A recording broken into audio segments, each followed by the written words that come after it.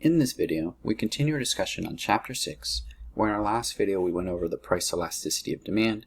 In today's video, we will discuss the cross-price elasticity of demand by considering some preliminaries, to then have our discussion on the cross-price elasticity of demand, and then conclude with some examples. Beginning with our preliminaries, currently we're seeking to examine how responsive consumers are to change. That is, if price on a good or service changes, then by how much does quantity demanded decrease?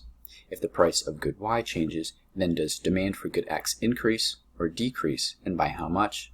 And lastly, if income changes, then does demand for a good or service increase or decrease, and by how much? Where the answer to these three questions will serve the purpose of quantifying how responsive consumers are to different types of changes, as well as allow us to classify good types based on the responses to these changes. Thus far, we have addressed question 1, which we did in our last video, where if the price on a good or service changes, then by how much quantity demanded decreases. We answered through the price elasticity of demand, which quantified a change in quantity demanded by putting things in percentage terms, and yielded us inelastic, elastic, and unitary elastic response types. Now, in today's video, we seek to address question 2. That is, if the price of good Y changes, then does demand for good X increase or decrease, and by how much? This will allow us to determine if two goods are complements or substitutes. We'll recall that complementary goods are goods frequently consumed in combination with one another, whereas substitute goods are goods that fulfill the same role as one another. Additionally, this will allow us to also determine how strong the complementary and substitute relationship is by examining if there is an inelastic, elastic, or unitary elastic response type. So, we will answer question 2 as a means of quantifying a change in demand with respect to a change in the price of other goods. This will require us to use the cross-price elasticity of demand, which is the percentage change in quantity demanded of good X divided by the percentage change in the price of good Y, where mathematically we have precisely that. On the numerator, we have the percentage change in quantity demanded of good X, and on the denominator, we have the percentage change in the price of good Y. Where, recall in terms of finding the percentage change of a variable, this is going to be the change in the variable divided by the average, where the change of that variable is going to be what we find in our standard slope formula, x2 minus x1, or y2 minus y1 if we're dealing with y. And in terms of finding the average, this is going to be the midpoint between those 2 points. So x2 plus x1 divided by 2, and if we were talking about y, y2 plus y1 divided by 2. Now, in regards to the cross-price elasticity of demand, it will allow us to make statements of the following form. If the price of good Y increases by 1%, then quantity demanded for good X will change by a beta percent, where the cross-price elasticity of demand may take a positive or negative value depending on how the consumer consumes the two types of goods. So once again, this is going to be complements versus substitutes, and the cross-price elasticity of demand may have an inelastic, unitary, elastic, or elastic response, which will tell us the strength of the complementary or substitute relationship. With this in mind, let us consider the case of a positive value for the cross-price elasticity of demand. This will mean that the consumer views good X and good Y as substitutes. That is, they fulfill the same role as one another. Where examples of substitute goods would be both turkey and chicken, serving the role as a protein source in a meal, whereas a second example would be using a treadmill or an elliptical to serve the role of cardiovascular exercise to expend calories on a given day. Now, how interchangeable the two goods are will depend on the elasticity of the response. The more elastic of a response, the stronger the substitute relationship is, whereas the more inelastic the response is, the weaker the substitute relationship is. Where an example would be, on average, we would expect turkey and chicken to be strong substitutes and yield an elastic response, given that both replace each other very easily in terms of being a protein source for a meal. Now, let us consider the second case in terms of the cross-price elasticity of demand.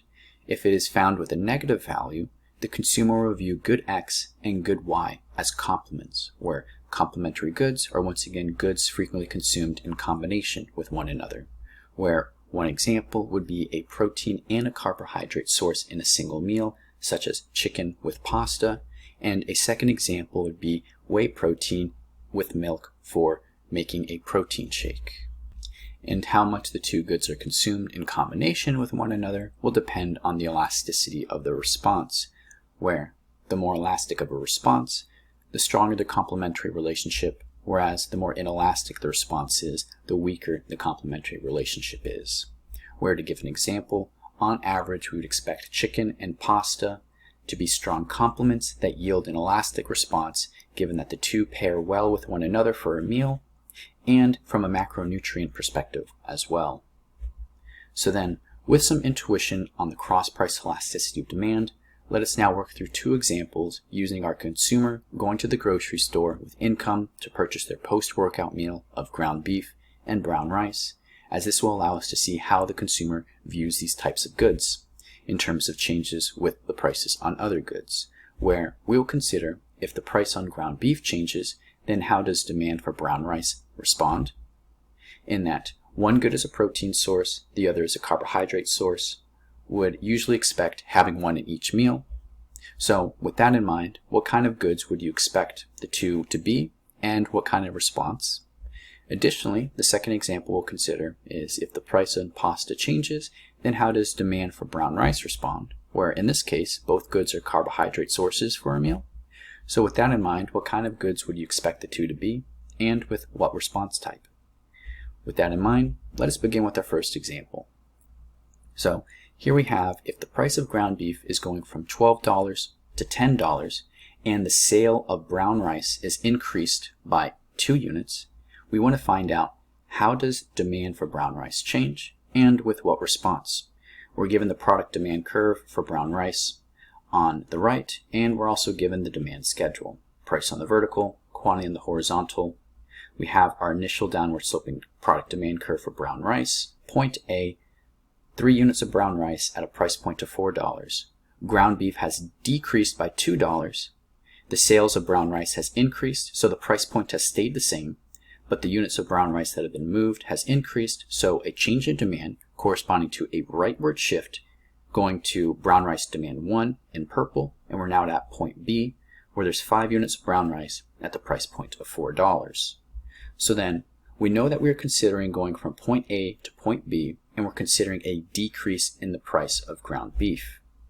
We also know that we need our cross-price elasticity of demand formula, where we also need our percentage change in variable formula in addition to our change in variable and average variable formula. So let us see what we need in terms of our steps then. In terms of what we need to do to solve this problem is find the average price for ground beef, find the change in price for ground beef, which will then allow us to find the percentage change in price for ground beef, and then repeat these steps, but now with respect to quantity demanded for brown rice.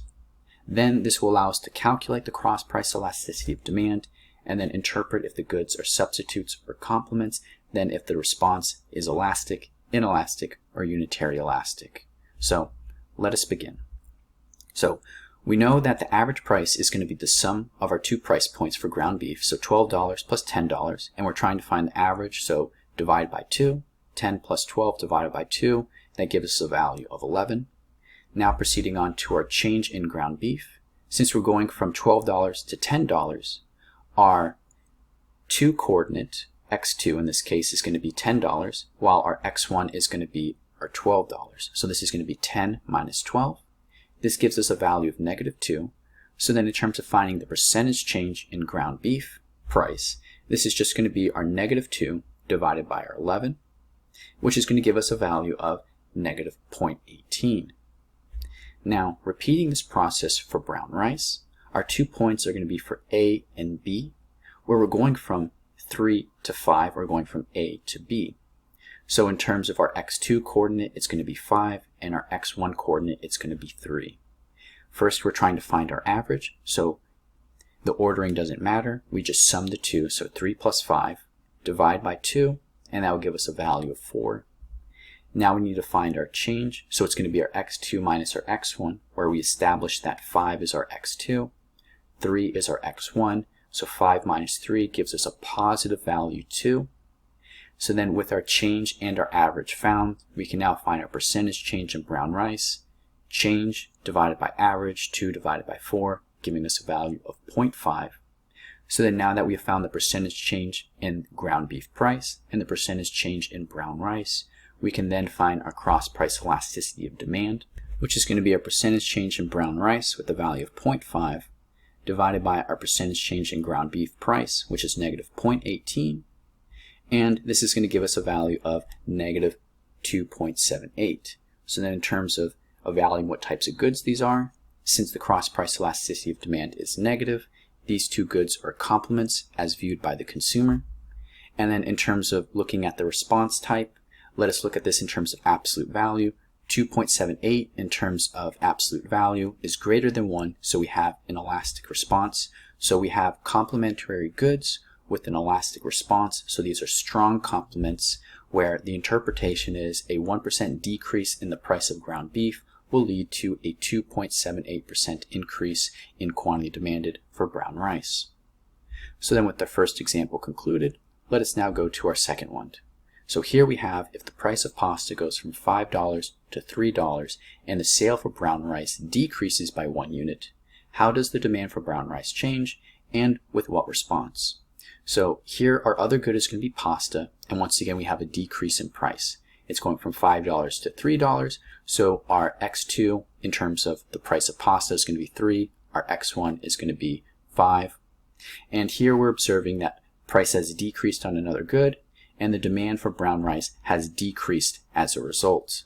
So this is going to be a change in demand in which we would expect a leftward shift in the demand curve, which is precisely what we have on our product demand curve on the right, where we have our initial curve at point A, where 3 units of brown rice are being sold at a price point of 4, but then pasta price decreases, so then less units are being sold, that leftward shift going to brown rice demand 1, going to point B, where we have 1 less unit being sold, now 2 at the price point of 4. So with this information, we know we're once again going from point A to point B, and this corresponds to a leftward shift in product demand, where once again, we also know that we need to use our cross-price elasticity of demand formula, where we also need our percentage change in variable, and average variable formulas. And in terms of the steps, we're going to do the same steps that we did in the last example. Here we're going to find the average price for pasta, then its change in price to find our percentage change, repeat, but now do this for quantity demanded for brown rice, which will then allow us to calculate the cross-price elasticity of demand and interpret. So to begin, we're starting with pasta price. Our average price is going to be 5 plus 3 divided by 2. This is going to give us a value of 4. Now to find the change in pasta price, once again we know our X2 is going to be 3, our X1 is going to be 5, so 3 minus 5 gives us negative 2. So then our percentage change in pasta price, our change divided by our average, negative 2 divided by 4 gives us a value of negative 0.5. And then now repeating the same, but now for quantity demanded for brown rice, our average value is going to be point A quantity plus point B quantity, so 3 plus 2 divided by 2 is going to give us a value of 2.5. And then now to find the change, we know that we're going from point A to point B, so point B once again is our X2, point A is our X1, 2 minus 3, a value of negative 1, divide our change divided by our average, and this will give us our percentage change in brown rice. So negative 1 divided by 2.5 gives us a value of negative 0.4 for our percentage change in brown rice. And now that we have both our percentage change in pasta price as well as the percentage change in brown rice, we can calculate our cross-price elasticity of demand, which is going to be our percentage change in quantity demanded for brown rice divided by the percentage change in pasta price. So this is going to be that negative 0.4 on the numerator divided by our negative 0.5 on the denominator. The two negatives cancel each other out, and we're left with a positive 0.8. Since this is a positive value, this means that the goods are substitutes. And in terms of the response type, with an absolute value of 0.8 for a cross-price elasticity of demand, it is strictly less than 1, so it's inelastic. So what we have then is substitute goods with an inelastic response, so they are weak substitutes. And our interpretation is a 1% decrease in the price of pasta will lead to a 0.8% decrease in brown rice.